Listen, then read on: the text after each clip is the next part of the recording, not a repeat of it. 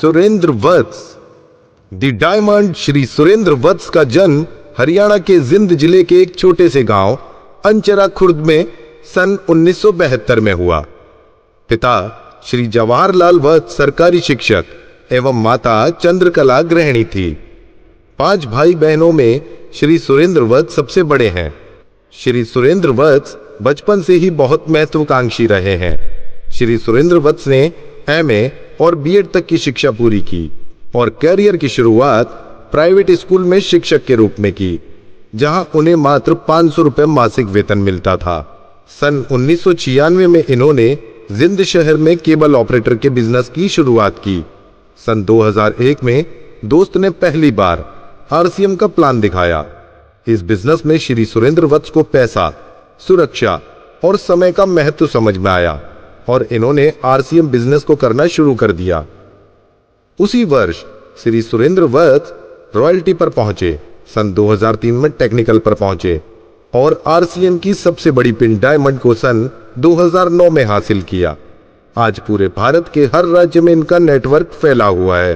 पढ़ने, सीखने और सुनने के शौकीन श्री सुरेंद्र वत्स ने पूरे देश में ट्रेनिंग एवं सेमिनार के माध्यम से आरसीएम के लाखों डिस्ट्रीब्यूटर के जीवन स्तर को उठाने में उनकी मदद की।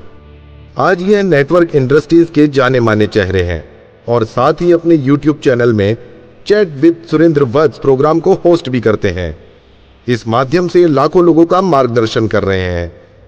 लोग इन्हें द रियल डायमंड के नाम से पुकारते हैं। जिंदगी में जो सपने कभी देखे नहीं जा सकते थे, इवन अगर भगवान सामने आके ये कहते कि भाई क्या चाहिए आपको बताइए अगले 2-5 साल में, सो जो चीज़ें हम सोच नहीं सकते थे वो इस बिजनेस ने पूरी की है।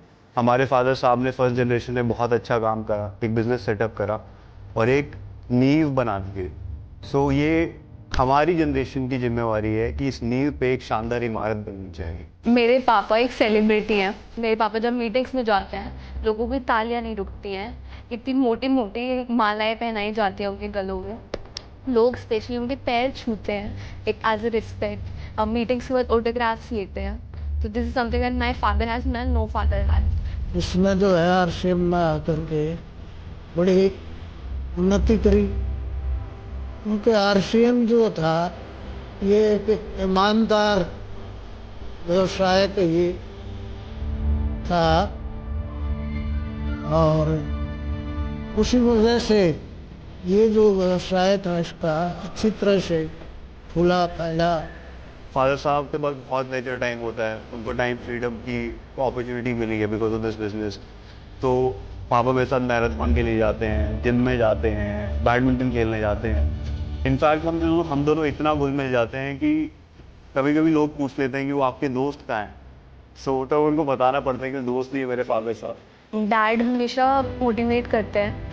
हमेशा जब भी हम लोग कोई भी दिक्कत आती है तो पापा इज द वन की जो हमें बोलते हैं कि it's okay, it's fine. Phone की बेल बजी, मैंने फ़ोन उठाया तो फ़ोन श्रीमती जी का था। श्रीमती जी ने पूछा कि आपको मालूम है आज कितनी तारीख है? मैंने कहा आपका मालूम है, आता इस नंबर है और अभी थोड़ी देर में मीटिंग होने वाली है। तो उन्होंने कहा कि आपको ये तो मालूम है कि आज कितनी तारीख है और मीटिंग होने वाली है, लेकिन आप ये भूल गए कि आज हमारी मैरिज एनिवर्सरी है। जिस दिन आरसीएम करते हुए 5 साल हो जाएंगे उस दिन हम लोग एनिवर्सरी का केक काटेंगे। और जिस दिन 5 साल हो गए थे आरसीएम करते हुए उस दिन हम लोग गोवा में थे और गोवा के ताज पैलेस में हम लोगों ने एनिवर्सरी का केक काटा। आज तो जो मैं स्थिति देखती हूँ उसमें हम कभी यही नहीं सोचते कि कितना पैसा कहाँ इन्वेस्ट करना है, तो खुल के इन्वेस्ट करते हैं। ना कभी कोई ऐसी प्लानिंग आती कि खर्च ज़्यादा होएगा कम होएगा, नहीं जितना होगा ठीक है। तो आइए हम आरसीएम के रियल हीरो और रियल डायमंड को अपनी जोरदार तालियों के साथ स्टेज पर आमंत्रित करते हैं।